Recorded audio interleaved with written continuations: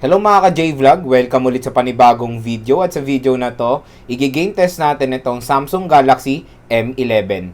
So tara mga ka-J-Vlog, check natin!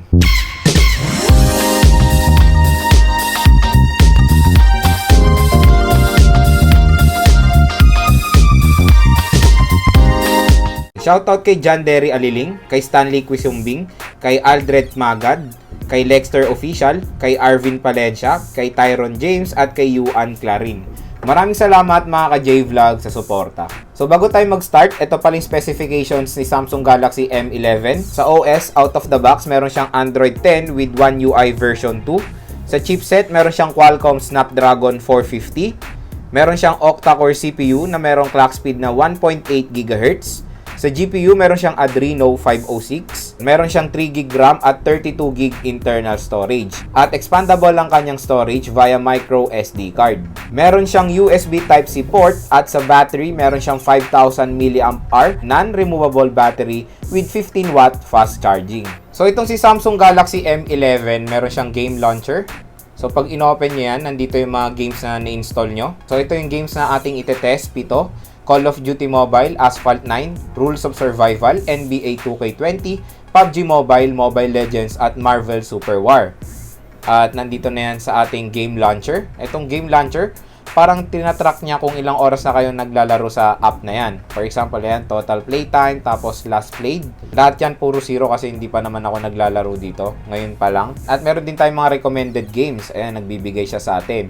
Tapos ayan, yung playtime natin na mo-monitor niya rin. At ang maganda dito, meron siyang option para mag-save ng mobile data. At pwede na natin i-launch yung game na lalaruin natin dito mismo. Ang internet connection natin dito sa ating game test is 4G mobile data at smart ang ating SIM. Battery test tayo dito sa Samsung Galaxy M11. Maglalaro tayo ng 10 minutes ng Mobile Legends. Tingnan natin kung ilang battery percent ang mababawas. So, na-download ko na pala yung full resources dito sa ML at ito ang ating settings. HD mode naka-on, high frame rate mode naka-on, graphics high, on natin yung outlines at yung shadow. Itong nagda-download mga ka-J-Vlog, yan yung Magic Chess. So, yung resources natin na full download na. So, start tayo sa battery test. Start tayo sa battery percent na 58%. 10 minutes.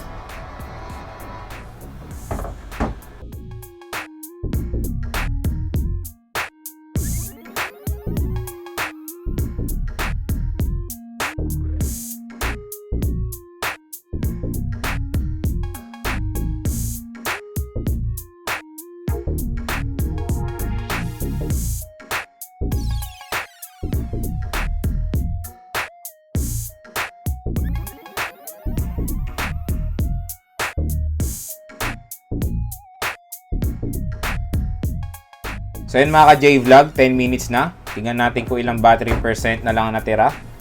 So may natira na lang na 55% sa 10 minutes sa paglalaro ng Mobile Legends dito sa Samsung Galaxy M11. So game test tayo ng Mobile Legends dito sa Samsung Galaxy M11. Ito ang ating settings. HD mode naka-on, high frame rate mode naka-on, ang graphics natin nasa high. Tingnan natin kung kaya ni M11 to.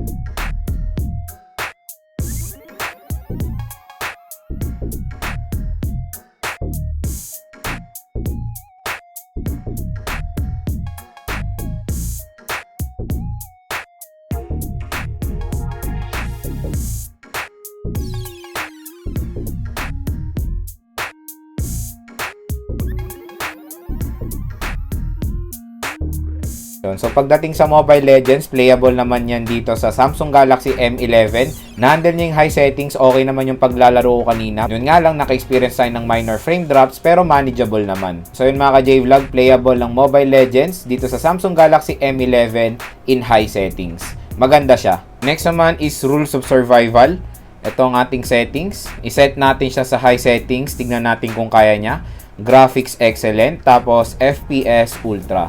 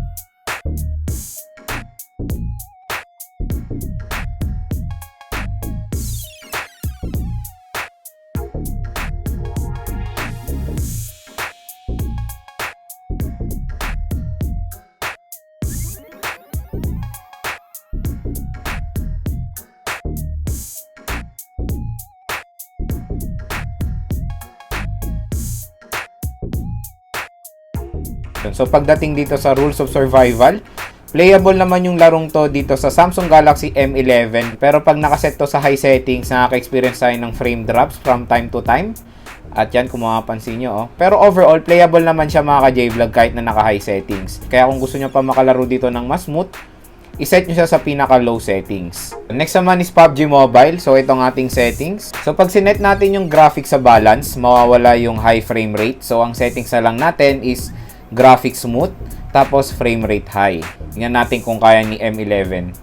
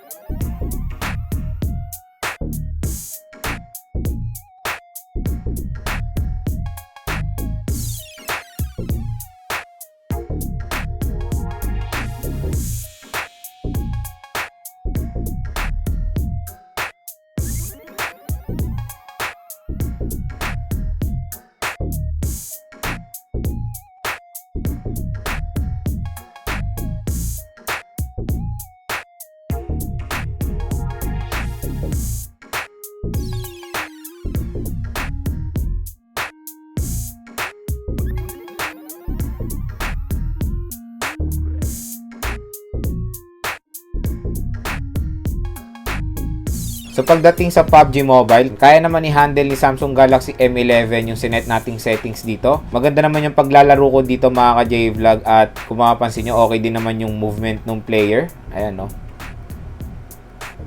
So yun mga ka-J-Vlog, playable ang PUBG Mobile dito sa Samsung Galaxy M11. Next naman is Call of Duty Mobile. Ito ang ating settings. Graphic quality medium, tapos frame rate natin high. Okay.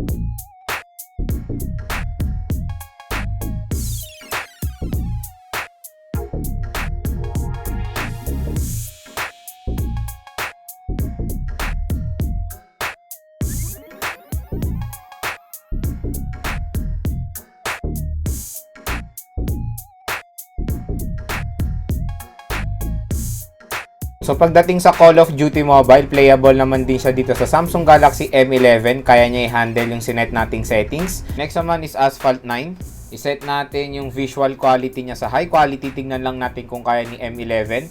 Magre-restart to. Okay, na-set na sa high quality.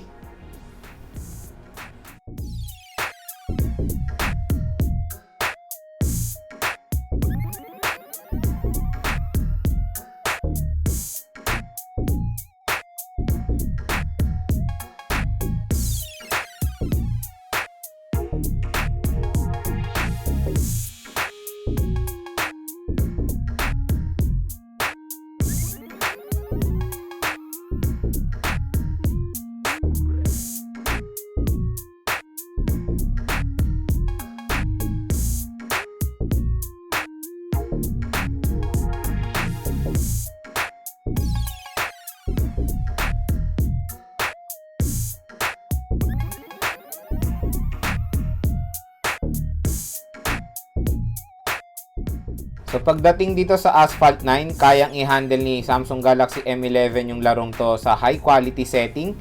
Naka-experience lang tayo ng frame drop dun sa simula nung nag-clash tayo sa kotse. Pero sa late game, okay naman yung paglalaro natin dito sa Asphalt 9. Kaya maganda rin maglaro ng Asphalt 9 dito sa Samsung Galaxy M11. Next naman is NBA 2K20. Set natin yung settings niya sa high. Tingnan natin kung kaya niya. Okay, naka-high settings na.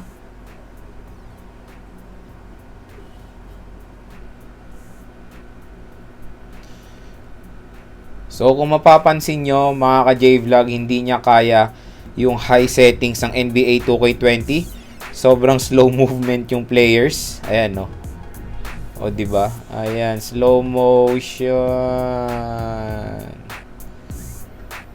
So set natin siya sa medium settings. Tingnan natin kung magbabago ba. So naka-set na sa medium. So yan mga ka-J-Vlog, okay na siya ngayon sa medium settings kung mapapansin nyo. Maganda na yung movement ng mga players at playable na siya.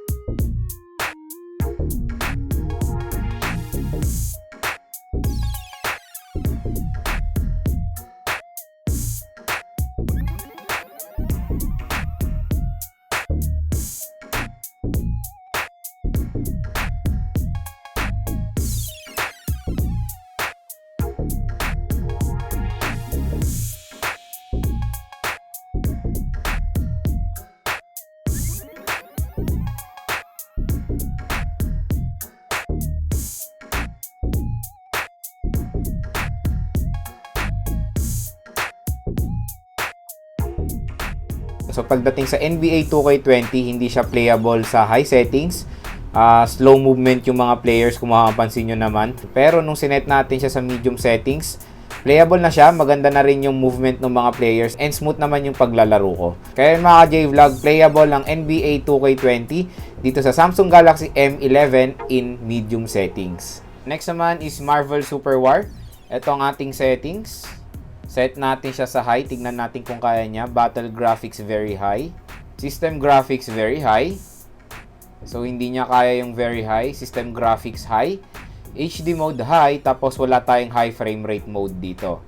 And naka-download na pala yung expansion pack.